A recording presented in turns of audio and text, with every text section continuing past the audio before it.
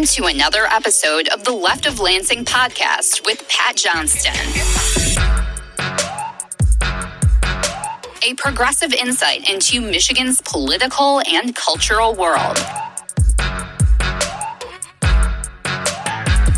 And of course, an entertaining podcast designed to shine a light on how to make Michigan's political machine work for the people. Now, from the Left of Lansing headquarters, located in his attic, here's the award-winning Pat Johnston.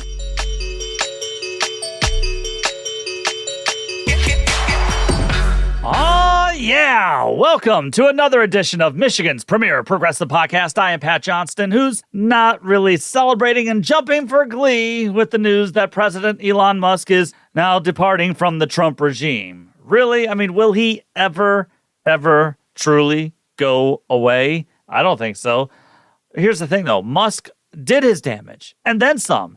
And even though he might be gone, many of the kids that he installed to crawl through the government will still be there.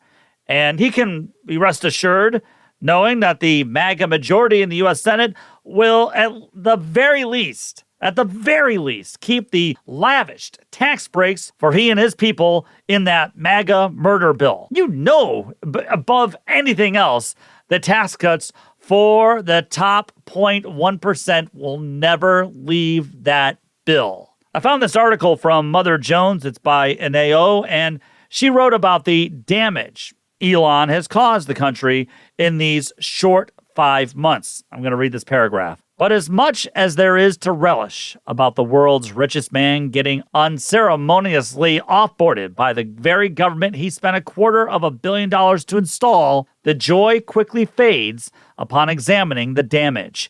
A quick accounting.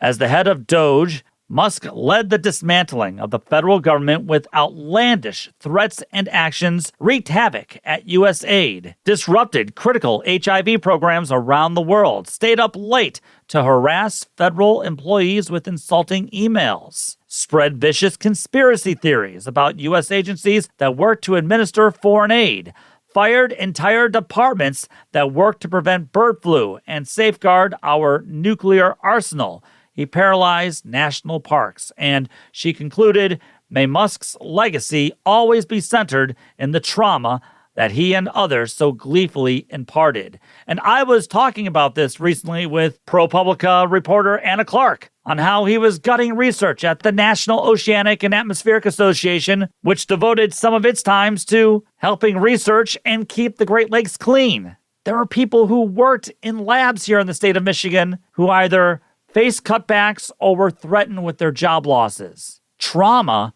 is exactly what the corporate authoritarians or the tech bro fascists have always dreamed of doing to the federal working class. They see the federal workers out there as an impediment, as a blockade against their ultimate thirst and desire for full power. Trauma is what makes people like Elon Musk and the tech bros get off.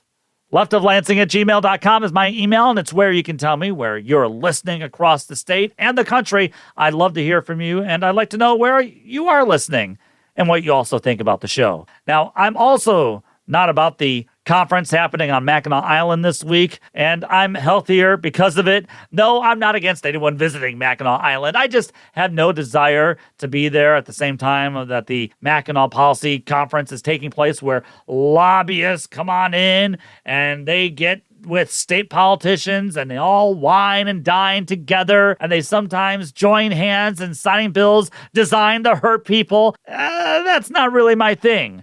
No, I'll never get over Governor Whitmer signing that wretched so-called auto insurance reform bill while at that conference some 6 years ago. I'm never going to get over that one. But as a former journalist, I attended many of similar kinds of events or soirees, and I just can't really do that stuff again. I mean, nothing good ever comes from that kind of thing, and a lot of the times it's about trying to get both sides to come together and end the vitriol and make sure we can do whatever we can for the business community and for the corporations, not so much for the working class, but for the corporate donor base.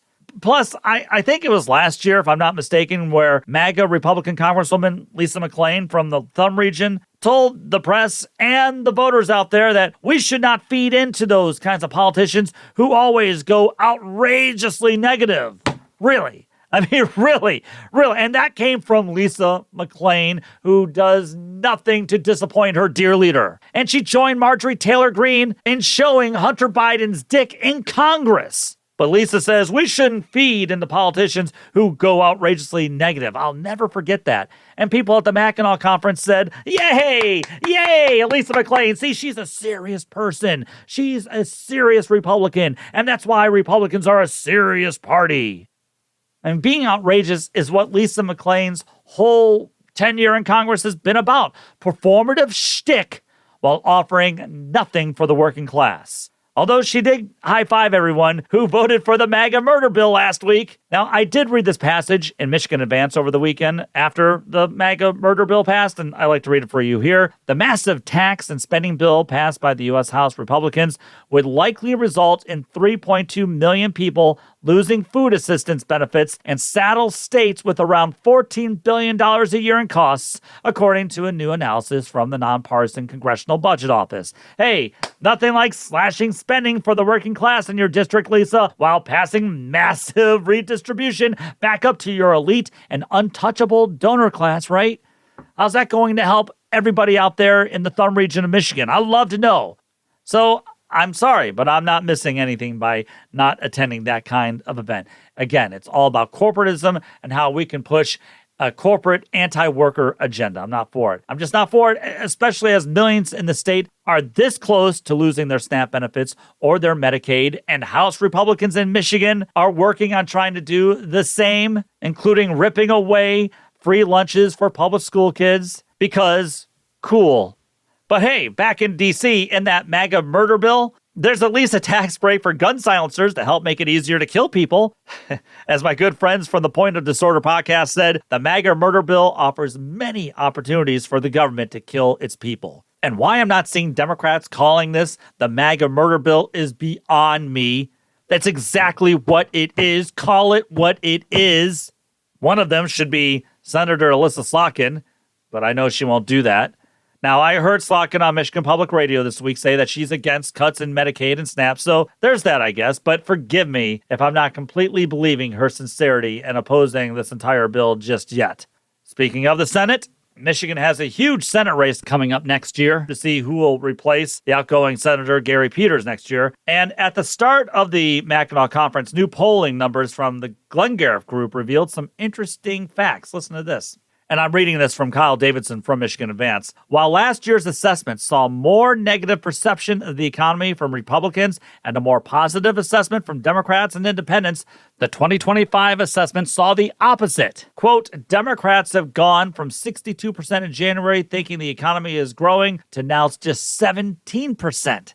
Independents have dropped from 35 to 25%, but Republican-based voters have jumped from 22% to 64% that think the economy is growing. That's according to Glengarriff polling president Richard Zuba. Of the 600 registered voters polled, 62.4% see a weakening economy, yes, while 34% say it's growing. Fears of a recession have similarly jumped, rising from 20.5% in September to 27.2% in January and 38.2% in April, a shift Zuba attributes to both Democrats and independents.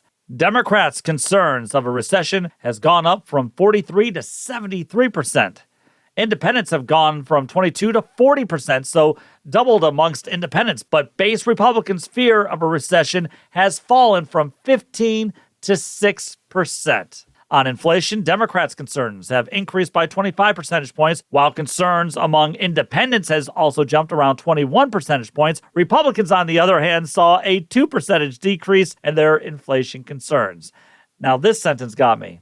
Despite holding increasingly worse perceptions about the economy, voters are not reporting big changes in their own situation, Zuba said. So all of those numbers, everyone, is leading me down to another conclusion from this past election. It's something that I may have been blind to. This past election, it wasn't just policies or the realities of the economy that people were voting on. It was more of a vibe. It was more that they were voting on a vibes economy. Because what explains these dramatic shifts in the numbers as to why Republicans suddenly believe everything rocks and Democrats are fearing worse now than they were a year ago? Now, for Democrats, that does make a little bit of sense to me, because I'd say the explanation would be people are fearing Dear Leader's tariffs, his stupid tariff scheme, and they're fearing the MAGA murder bill. So there are some tangible things happening that are making Democrats fear the worst, and also independent voters fear the worst. I mean, voters are experiencing real fear of the future, and prices are not going down anywhere. And that explains why recession concerns from independent voters jumped over 21%. And that poll, by the way, also revealed that 51% of Michiganders strongly opposed Dear Leader's tariff scheme, with Republicans suddenly jumping aboard. And 78% of voters, though, believe that the tariffs will cost them more money. 78%. You think? But the part that got me is, again, where the polling president said voters aren't reporting big changes in their households when it comes to the economy. So did vibes play a bigger role in 2024 than the actual numbers from last year's economy? I'm starting to really come to the conclusion that's what it was all about, and that Democrats didn't have a strong messenger to fight on behalf of the working class. Sure, there were some policies that maybe Democrats could really tout out there, but if you didn't have a strong messenger, it wasn't going to go far. And maybe that's something that we have to grapple with as progressives. Actually, let's be honest, the Democratic Party has to grapple with this more, because it doesn't seem to matter what Trump does. It really doesn't. The numbers for him are baked in. They are. At least right now they are. It's what will Democrats do to change the voters' perception of them. All right, that is what should take precedence right now. I know I see a lot of Democrats, a lot of liberals out there saying, hey, we can't concentrate on other Democrats. You've got to take everything to Trump. No, there's a reason why Democrats are sitting around the low 20s when it comes to the approval rating of the Democratic Party. It's time to look within. And it's time for us to have this battle between progressives and the so-called mushy, centrist, moderate wing of the party. Because the current way is not working for the Democratic Party right now, and they are losing with working class voters. That's why this new poll from Demand Progress was eye-opening for me, and it showed that 56% of Democratic voters prefer a more populist message from the party than the 43% who back the so-called abundance message. Now, abundance is this Washington, D.C. type of thinking that we've got to deregulate everything so we can create more housing, energy, infrastructure, and more. And it would be a corporation's dream, while never, ever blaming corporations and their hold on politicians for why we are where we are. It's sort of like neoliberalism, just with a different kind of name. Yet I fear many inside the Michigan Democratic Party are loving this message. And I've seen a few out there tout this new book from Ezra Klein and Derek Thompson called Abundance.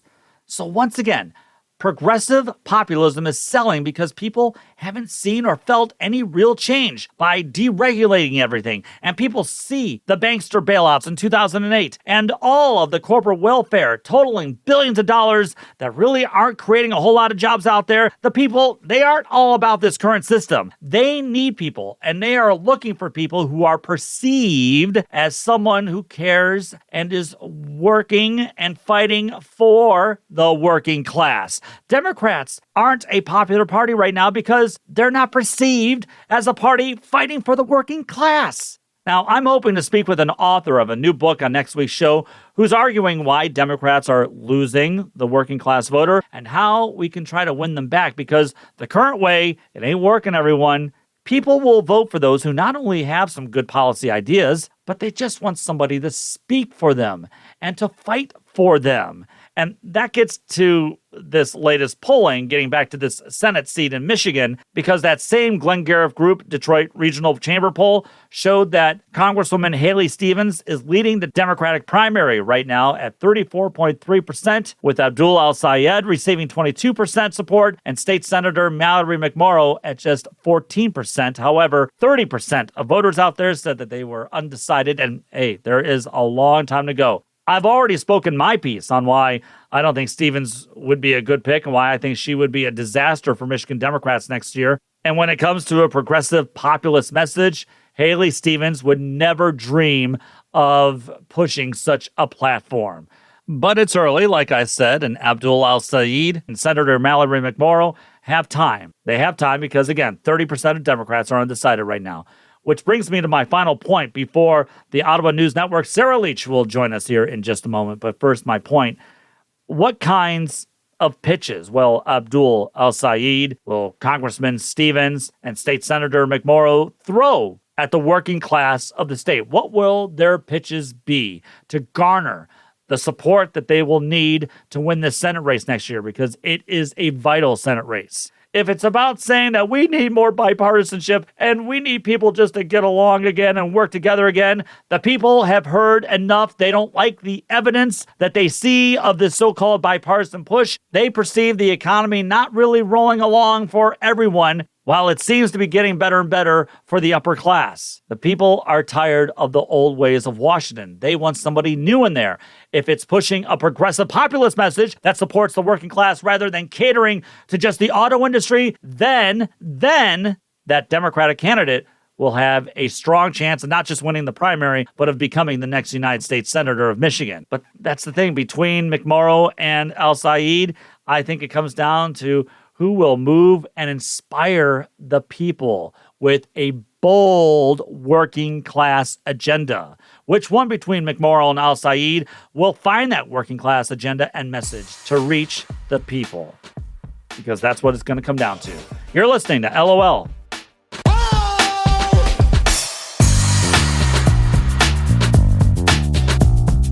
It's the Left of Lansing podcast. If you truly want to get Pat fired up, talk about Tigers baseball or how you think the 90s produced the worst music of any decade, you've been warned.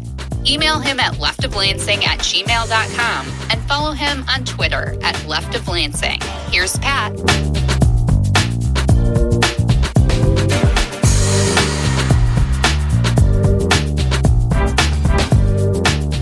I'm always available at leftoflansing@gmail.com, and you can find me on the social media front, be it on Blue Sky, Facebook, the Gram, and yes, still on Twitter. So my guest here this week is someone that I've respected for a long time, despite not knowing them. And this goes back to when I was sharing her stories with you whenever I talked about the right-wing takeover of the Ottawa County Commission with a faction known as Ottawa Impact. Now, this whole movement, this right-wing movement in Ottawa County, it all started as kind of a revolt against the safety precautions that the county at the time, the state at the time, the country at the time, and virtually most of the civilized world at the time, all of the precautions that we were taking to prevent people from getting sick and dying from a deadly virus. But this Ottawa Impact Group served as a harbinger, a blueprint as to how MAGA Republicans would rule if given control once again across the state and once again in Washington, D.C. As I talked about what was happening in Ottawa County, I shared a great number of stories by the former Holland Sentinel editor Sarah Leach, who did such a fantastic job on giving everyone an updated, detailed account of the Ottawa Commission's actions, such as trying to replace the county health officer and administrator, getting rid of its DEI office, and many, many more things. We shared what was going on there, thanks in part to Sarah Leach's hard-nosed, honest, and good old-fashioned reporting, and it's because of her reporting that many learned of the radical right-wing Ottawa Impact faction, and perhaps it led to Ottawa Impact losing its majority on the Ottawa County Commission. So I am happy to have Sarah Leach here on Left of Lansing this week, as she's now the executive editor of the Ottawa News Network and co-host of the awesome 2Js podcast, which highlights the latest that's happening in Ottawa County, which, by the way, is one of the fastest growing counties in the state of Michigan. Sarah Leach, it is an honor to have you on the show here this week. Thanks again. Well, thank you for having me. Is Ottawa County one of the fastest growing counties in Michigan? That is true. Yeah, that's actually been true for about 5 years now. I think it's because of the proximity to the Lakeshore and Grand Rapids. How long have you been there? Oh gosh, I have been on the West Side since I graduated from college in 2002, but I've been in Ottawa County for about 15 years now. So that's home to you. Yeah, I'm originally from the Detroit metro area, so I am a transplant, and I have to say that I do prefer the slower speed of life over on the West Side. So it's a lot less hectic and a lot less gridlock. Well, we'll talk about the Ottawa News Network here in just a bit, but you're now a fellow podcaster, so I just want to say hello. And what I love about your podcast, the 2JS podcast, is that it's a show that is devoted to localism. Now, local news, I don't have to, say this to you, of course, but local news is disappearing everywhere, or at least getting smaller and smaller. And maybe I look at it this way. Maybe podcasting is a new way for those trying to keep people in their areas aware of what's happening in their local governments and their communities. Maybe podcasting is another avenue to do just that. Is that why you decided to get involved with this podcast? And how did it all come about? So I was sort of recruited. A couple of people were asking me to start a podcast, and I frankly have no idea how to do any of that stuff. I am a longtime newspaper woman and just know how to do my own craft. So I was approached by a group of people that were familiar with the local radio station in Grand Haven. So that's WGHN. And the host, Mary Ellen Murphy, is just amazing in terms of knowing how to do those snappy intros and knows how to lead a conversation. I always joke with her because I feel like I'm like the nerd of the podcast because she kind of keeps it moving. And then I do my Ottawapedia thing and just kind of do this rundown of all of these things that are happening in the county in kind of like a Sheldon from the Big Bang Theory sort of way. And then she kind of keeps it lively so that I don't nerd out too much. But I do think that this is a great counterpoint to what I'm doing. Now I'm in digital space. I've gone from newspapers to a digital website platform, but I do a lot of long form narrative stories, and these are 4,000, 5,000 word stories. And that is for a very specific audience that has time to read. And so I think this is a great counterpoint to just kind of hitting the highlights in a conversational style so that people who don't have time can still at least kind of keep up with what's going on. Right. And that's what I do love about your podcast. Obviously, I think that you're seeing this happening everywhere, too. And I think it is really another avenue, another way that people can stay informed. Your latest episode is a fascinating hour of talking with Sarah Riley Howard. Sarah, can you tell everyone who she is and what role that she played in taking on the Ottawa Impact faction in the county commission? Yes. So I first met Sarah when she became the attorney to represent the county health officer, Adeline Hambly, when the county board of commissioners, led by Ottawa Impact into 2023, tried to fire Hambly. And through that experience, Sarah Howard it was refreshing because I've never met an attorney that is kind of proactive with the media, seeking the media out in order to share what was going on with her client and what their perspective was. Usually people are a lot more closed off and, you find out when everybody else does when court hearings happen. And so this was quite a different approach. And through that whole journey, that case lasted a full year before it settled, with Hambly staying in her position. But in the meantime, Sarah Howard,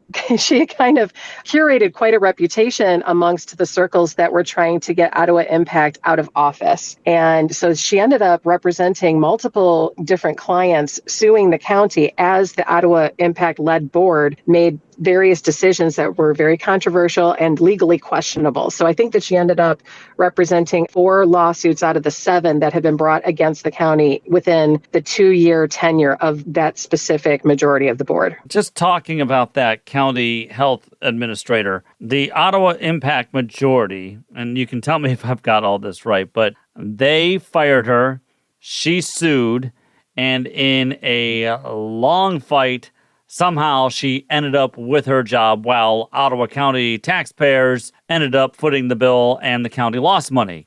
Can you talk more about that since you know the full story there? Sure. Yeah. Oh boy, it was a journey. It was like a Lord of the Rings trilogy saga. What they did first was they demoted her. And so they tried to signal their intentions of replacing her with a candidate that had no previous experience managing a health department or in public health at all. So what happened was she sued. It took her a month to sue, but she was still working there. And so Sarah Howard is representing her. And the first thing that they did was they tried to file for an emergency protective order to protect Hambly from being fired. That sort of kicked off this year-long legal journey, and there were lots of twists and turns where we had to go through the circuit court, and the circuit court said, well, they can fire her if they follow the proper procedure. And then we went up to the Court of Appeals, and the Court of Appeals said, well, there's some things that the board did wrong, but technically the judge is right, and if they go through the proper procedure, then they can fire her. Well, then the board tries to set up a termination hearing that is required by state statute, and then everything just goes completely awry. I mean, everything that could have gone wrong did go wrong. They didn't notice the meeting properly. There were witnesses for the county that weren't answering questions. Other factual information was disclosed quite unexpectedly that impacted other litigation cases that were against the county at the time. It was a mess.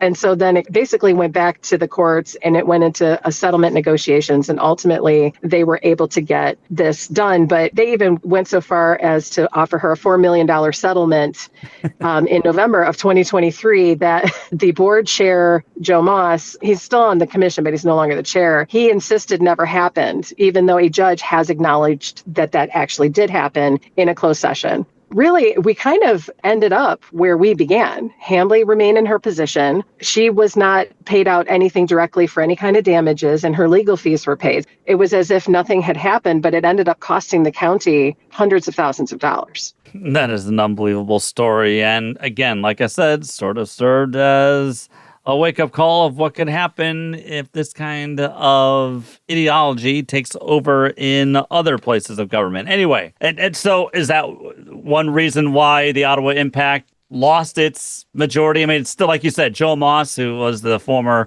chair, I mean, he's still there. There are still a couple, but they don't have the majority anymore, correct? Right. They only have 4 seats on the 11-member board, so they have a minority faction on the board. And again, not like drastic change, but at least a little bit of change getting those guys out of power. Sarah, I could talk about this for a very long time, but another reason I wanted you on here this week was to talk about this story you reported on the Ottawa News Network, and that's how the U.S. Department of Energy's Chris Wright issued an emergency order delaying the Campbell coal-fired power plant in Port Shelton Township from closing. It was scheduled to close at the end of the month, but Trump officials are trying to prevent this from happening. So can you give us some of the details behind this story that you covered extensively here on the Ottawa News Network? Yeah, so this was a decision that was announced by Consumers Energy back in 2021. This plant, I believe it opened in the early 1960s. It is coal-fired. It does have an additional life expectancy in terms of a facility and air permits and all that other stuff for another 15 years. But consumers made the strategic decision to try to get out of the coal business. It's dirty. It's expensive to transport the coal. It's expensive to mitigate the fly ash that is a byproduct of burning the coal. And there was this big movement to go towards green energy at this time during the Biden administration. So they made this decision and they said, well, we're going to close at the end of May in 2025. And so this has been the plan for 4 years. And what we saw happen is that over the past year, when the Ottawa Impact majority was still on the county board, we saw some of their supporters in certain circles making themselves known, requesting that the county actually commandeer the power plant and take it from consumers and file legal action against them, becoming a home rule charter county so that they could seize the property and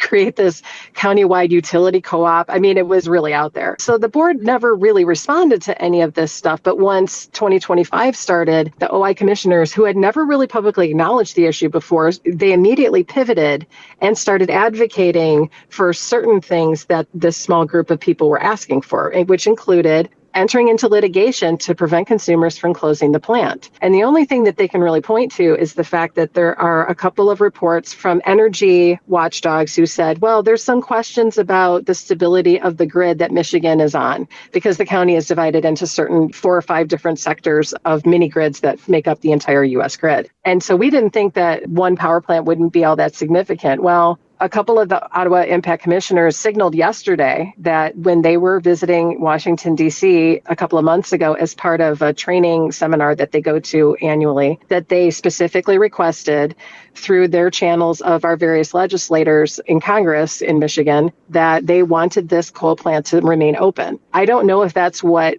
triggered Secretary Wright to make this decision, but it feels not well thought out, because this order is only for 90 days and it doesn't prevent the closure of the plant. It just requires consumers to keep it available to come back online if necessary during the peak energy demands that summer brings. So I think that this is a short-term solution to appease a small group of people. But if they can't prove that there's any energy issues that require the plant to come back online over the next 90 days, I don't really think that they have much of a way to compel consumers to not move forward. Not to mention the fact that consumers is now going to have the ability to ask someone, presumably the federal government, to compensate them for delaying their planned closure, because now this is costing them money that they didn't bargain on. Would consumers even be prepared to keep this going for even a longer period of time? I mean, how much coal would they even have to begin with if they were already planning on having this all shut down? Right. So that was one of the questions that I immediately asked the rep that I had been keeping in contact with over the last couple of months, because I checked in just a month ago and said, are you planning on any kind of delay? Is it all systems go? Are we still on track for the planned closure? And they said, barring an emergency intervention, there is no way that we are going to delay this closure. They stopped ordering coal. It's very expensive to transport by train. So I don't think that they have enough coal that is actually there on site to burn. They're not answering my questions currently in terms of what kind of stock that they have, because they never planned on this. So I think that they're having some internal conversations. They've indicated that they're looking at all of their legal options as well. I would be surprised if this doesn't end up in the courts one way or another. Right. Just to be clear, though, on something that you said earlier, do you think the Trump administration decided to focus on this plant because of some of the activism happening in Ottawa County, and they were able to influence, I guess, or at least let the administration know about this plan? And that's why they decided to make this move? It's really hard to say. I know that they're taking credit for it, but that doesn't necessarily mean that it's a fact. There are a couple of traditional Republicans that are in the current majority on the board. And one of them happens to be a legislative aide for Congressman Bill Huizenga, who represents a portion of Ottawa County in his district. And that commissioner did say over the past couple of months that he had been talking to Huizenga to express concerns and to see what the Trump administration would be willing to do. I don't know if that's a result of these conversations or if this is, for some other reason, but maybe all of these things put together summed up to this, whatever this decision is. But again, it just feels like it's not a very well thought out plan. And I don't know where we go after 90 days. I don't see how they could continuously delay the closure of the plant. Oh, but hey, this is today's world. So we never know what's going to happen. We come up with things, how to do things all the time. I mean, especially in Ottawa County, just because you can't do it doesn't mean it doesn't happen. So that's right. Real quick, what's the Ottawa News Network all about? So Ottawa News Network is a countywide news nonprofit. It's kind of like the bridge model of Ottawa County, where we're kind of looking at the county as a whole. We really want to see if this is a viable model to help solve some of the news desert problems that a lot of areas of Michigan and the country experience, because the whole eastern side of Ottawa County is not really well served with the other legacy media options that we have. The Lakeshore is fairly well served, but not the east side. And so we're trying to kind of solve that coverage gap and give people kind of a sense of how Ottawa County is doing as a whole rather than one particular city or jurisdiction. And we believe in providing content for free, no paywalls. In finding new ways to inform people what's happening in Ottawa County or, anywhere locally across the country or even state as well, in a more independent way. Is that the future, do you think, for journalism? I think it's part of the solution. I know of at least another organization that has recently launched in Michigan called the Michigan Independent Media Group, and they just kind of got their feet under them, and they're actively buying properties in Michigan to help stabilize these small markets that have these little weekly papers where the owners are ready to retire or want to sell. And so this way they don't go out of business, they don't get gobbled up by media conglomerates and get dismantled for parts. They're able to continue serving those local communities. I think that there's a couple of different ways to approach this juggernaut of news deserts and local news coverage and quality coverage. And I think that eventually organizations like mine and organizations like theirs will end up dovetailing pretty well together. Sarah Leach, executive editor of the Ottawa News Network. Thanks so much for coming on here during your hectic schedule this week. I kept you longer than I asked, and I appreciate everything that you did here. And always know that the welcome mat is out here for you on Left of Lansing. Thank you. I appreciate it. Thanks for having me.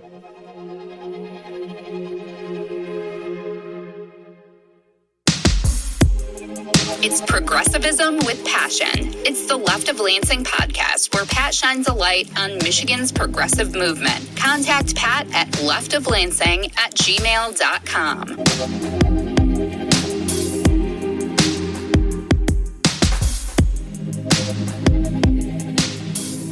It was great finally getting to catch up there with Sarah Leach, who's a true professional in her trade. And I'd love to pick her brain some more in the future on the future of media and journalism. So Sarah, please keep that in mind. Visit the Ottawa News Network, that's ottawanewsnetwork.org, and check out the 2J's podcast, which you can find at sentinelleach@substack.com. I'll make sure to put links to those wherever you're getting this podcast. Remember, local media is vital to democracy, so support those who provide that kind of invaluable service, especially those of the independent variety. Time now for the Left of Lansing Last Call.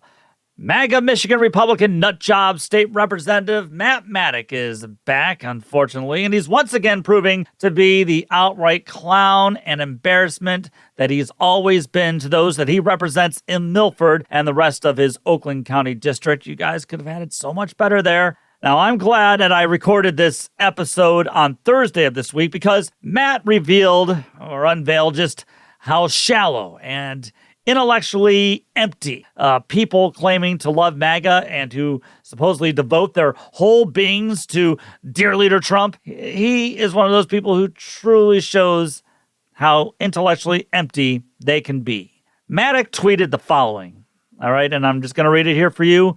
Tell me why we need to keep building and paying for $20 million libraries in every community 5 miles apart from one another when we have more than a library on our phone.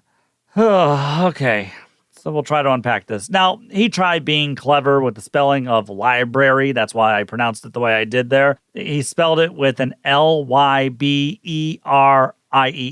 Although I wouldn't be shocked if Matt Maddock really does think that's how you spell the word. I mean, I just can't imagine a meathead like Matt Maddock ever visited a library since the card catalog was ousted. I mean, I can imagine, though, Matt Maddock being one of those people in high school who picked up library books with lots of glossy pictures in it, or pop-up books, ooh.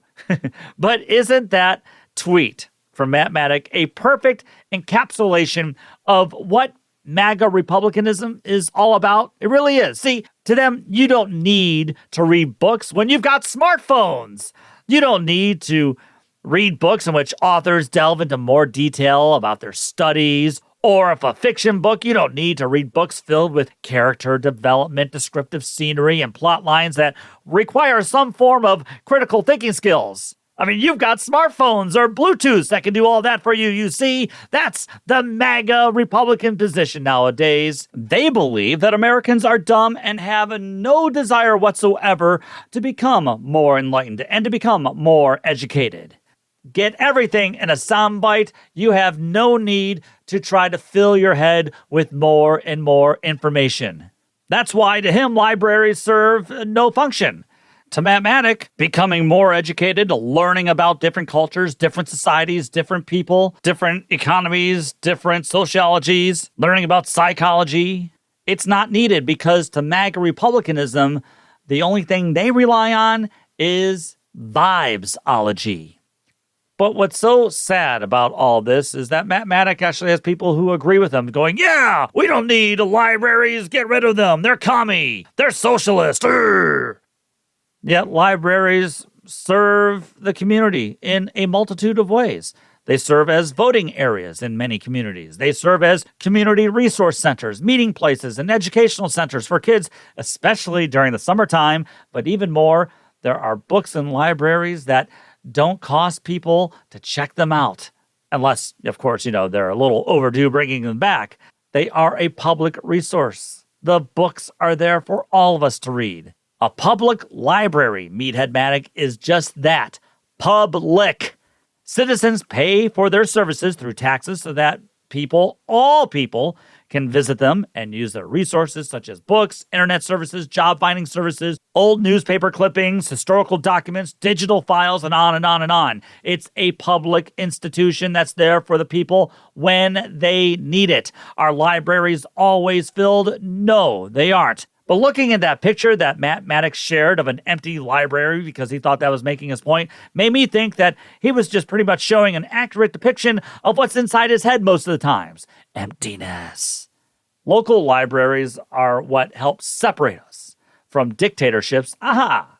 There you go. And we wonder why people like Matt Maddock, whose wife was part of a forgery scandal to overturn a democratically decided election, why they hate libraries. Because they view libraries as a tool that helps promote democracy. And right there, everybody, is exactly why MAGA Republicans want to defund libraries, because libraries are part of our overall democracy. And if we've learned anything right now, is that the MAGA Republican Party not only hates the working class as Congress tries to pass that MAGA murder bill, but deep down they also hate democracy. And it's happened before, and you can read all about it in your local library. Are you starting to get it now? You're listening to the Left of Lansing podcast. The music you're hearing is by Wander Beats. To hear the latest project, check out Space Leopard on your favorite streaming site. Now back to our favorite progressive voice in Michigan. It's Pat Johnston.